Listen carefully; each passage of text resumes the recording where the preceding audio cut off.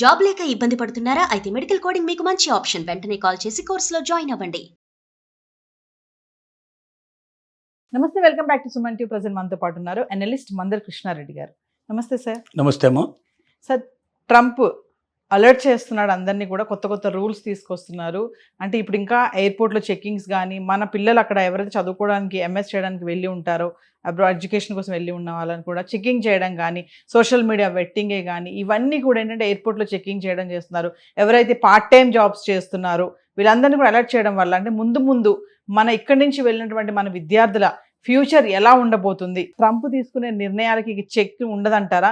ఇలానే ఉంటుందా ఇంకా ముందు ట్రంప్ ఉన్నంత టర్మ్ వరకు కూడా? అంటే సార్, ట్రంప్ రాత్రి పడుకొని పొద్దున్న లేచేసరికల్లా ఏం ఆలోచనలు వస్తాయో తెల్లారి వాటిని అమలుపరిచే ప్రయత్నం చేస్తాడు. ఎవరితో సంప్రదించడం కానీ, అది చేయొచ్చా చేయకూడదా, అది చేయడం వల్ల అమెరికాకు ఫ్యూచర్లో నష్టం ఉంటుందా, ఇలాంటి ఆలోచనలు కూడా ఉండవు. తాను అనుకున్నదే చేసి తీరేటువంటి మనస్తత్వం ఉన్నటువంటి వ్యక్తి. అతని వయసు కూడా 80 ఏళ్ళు దాటే పరిస్థితి ఏర్పడుతుంది కాబట్టి అతనికి ఇక ఎవడు చెప్పినా వినగలిగే పరిస్థితి లేదు, సిచ్యువేషన్ కూడా లేదు. చాదస్తం కూడా చాలా ఎక్కువ ఉంటుంది ఈ టైం లోపల. అసలు ఇరాన్కు యుద్ధానికి వెళ్ళడం ఎందుకు వెళ్ళాడో కూడా తనకు తెలియదు. ప్రపంచం మీద ఆధిపత్యం సంపాదించాలి, ఇరాన్ దగ్గర ఉన్నటువంటి ఆయుధ నిల్వలు, తర్వాత అట్లాగే యురేనియం, ముఖ్యంగా అక్కడ ఉన్నటువంటి గ్యాస్ కానీ లేకపోతే ఆయిల్ నిల్వలన్నీ తీసేసుకుందాం అనే ఉద్దేశంతో వెళ్ళాడు. ఇప్పుడు బయటికి రాలేని పరిస్థితి ఏర్పడింది సిచ్యువేషను. సరే, దానికి ఏదో తంటాలు పడుతున్నాడు. భారతదేశం నుంచి ప్రతి సంవత్సరం కూడా 1980స్లోనో మనం 85లో చూస్తే చాలా రేరుగా వెళ్ళేవాళ్ళు. అంటే ఎవరి దగ్గర అయితే శక్తి ఉందో, క్యాపబిలిటీ ఉందో, అమెరికాలో డబ్బు పోసి చదువుకోవడానికి నెలకు 2 లక్షలు 3 లక్షల రూపాయలు కంపల్సరీగా ఇక్కడి నుంచి పంపిస్తే తప్ప అక్కడ చదువు పూర్తి కానటువంటి పరిస్థితి ఉండేది. కాబట్టి అలాంటి దానికి తగిన వ్యక్తులు మాత్రమే అమెరికాను చూజ్ చేసుకునేవాళ్ళు, వెళ్ళి వచ్చేవాళ్ళు. వెళ్ళి అక్కడే సెటిల్ అయ్యేవాళ్ళు చాలామంది, కొంతమంది వెనక్కి వచ్చేసేవాళ్ళు. ఇలా జరుగుతుంది. ఆ తర్వాత అక్కడ ఏమైనా అంటే H1B వీసాలు క్రియేట్ చేయడం వల్ల మధ్యతరగతి వాళ్ళకి చాలామందికి అక్కడ ఉద్యోగాలు దొరికే పరిస్థితి ఏర్పడింది.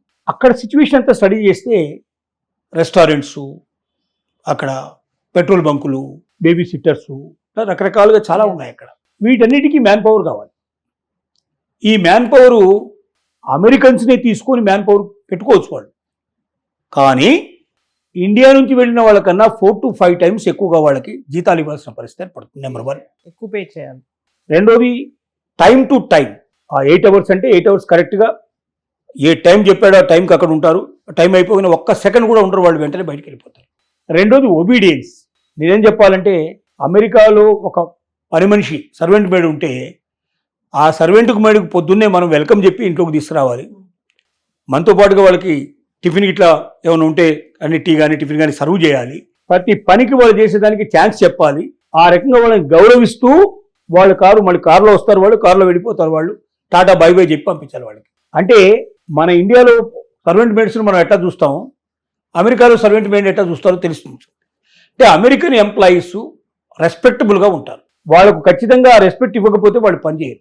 అంటే ఒకవైపున రెస్పెక్ట్ ఇవ్వాలి, టైం టు టైం తప్ప ఆ టైం దాటి నిజంగా సీరియస్ వర్క్ ఉంది ఖచ్చితంగా కంటిన్యూ చేయాలన్నా కూడా వాళ్ళు చేయరు. హాలిడేస్, సండేస్ లోపల వాళ్ళు అస్సలు పనిచేయరు, సాటర్డే అస్సలు పనిచేయరు వాళ్ళు. ఇక్కడ వీక్లీ 2 days వాళ్ళకి హాలిడే ఉంటుంది. ఆ హాలిడే కంపల్సరీ ఎంజాయ్ చేస్తారు. తలబిరిసే చాలా ఎక్కువ ఉంటుంది.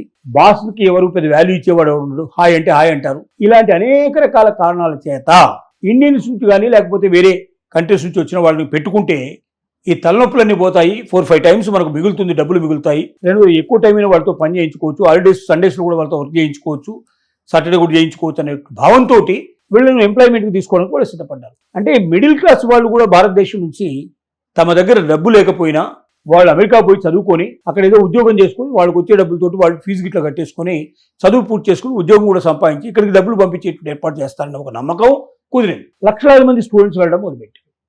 లాస్ట్ ఇయర్ తీసుకుంటే 3,80,000 దాకా సుమారుగా వెళ్ళినట్టుగా మనకు కనబడుతుంది. ఈ సంవత్సరం బాగా తగ్గిపోతుంది, డ్రాస్టిక్గా తగ్గింది. 25% తగ్గిపోయే పరిస్థితి ఏర్పడిందని ఆల్రెడీ చెప్పారు. కాబట్టి అక్కడికి వెళ్ళి వాళ్ళు ఈ ఉద్యోగాలు సంపాదించడం వల్ల అక్కడ ఉన్నటువంటి అమెరికన్స్కి ఉద్యోగాలు దొరకట్లేదు. కాబట్టి వాళ్ళంతా గొడవ పెట్టడం మొదలుపెట్టారు.